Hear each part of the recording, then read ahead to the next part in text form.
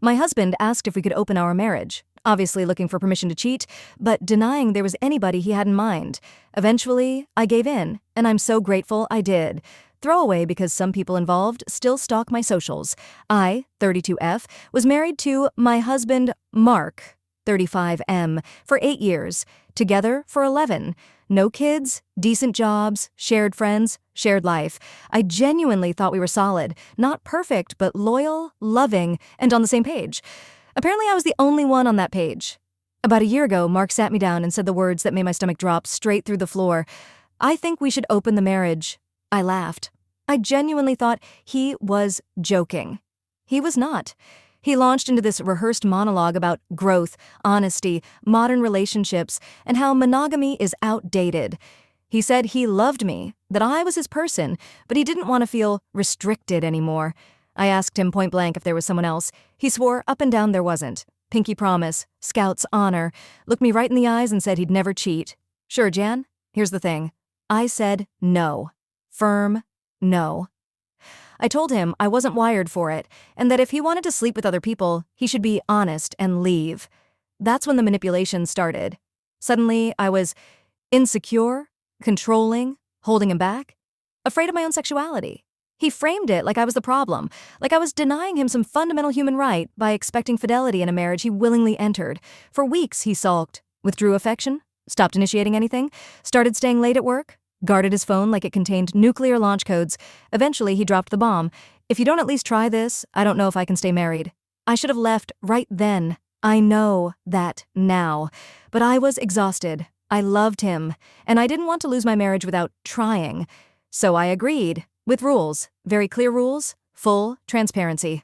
No coworkers, no mutual friends. Protection always. If either of us got uncomfortable, we closed it immediately. He agreed. Way too fast. Within 48 hours, he had a date lined up. 48 hours.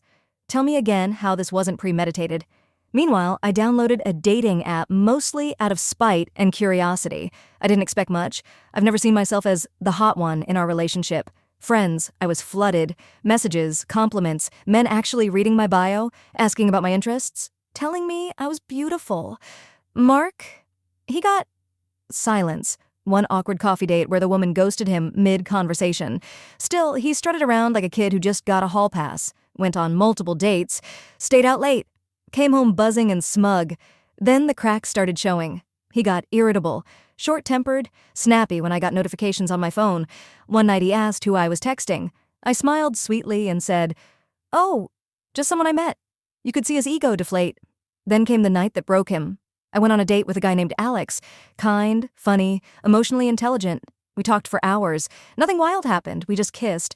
But I came home glowing. Mark was waiting up. He asked very casually how my night was.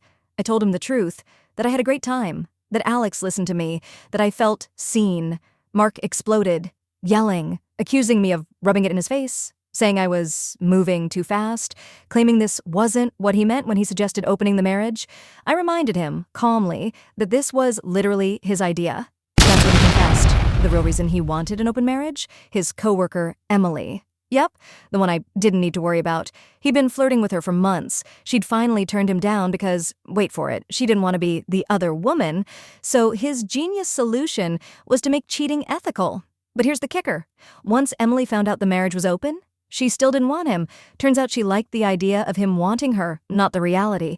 So there he was, rejected by his fantasy woman, watching his wife get attention effortlessly, realizing he'd blown up his marriage for nothing. He begged to close the marriage. Begged, cried, promised therapy, promised change. I looked at him and felt nothing. All the love I had drained out somewhere between the gaslighting and the betrayal. So I said no.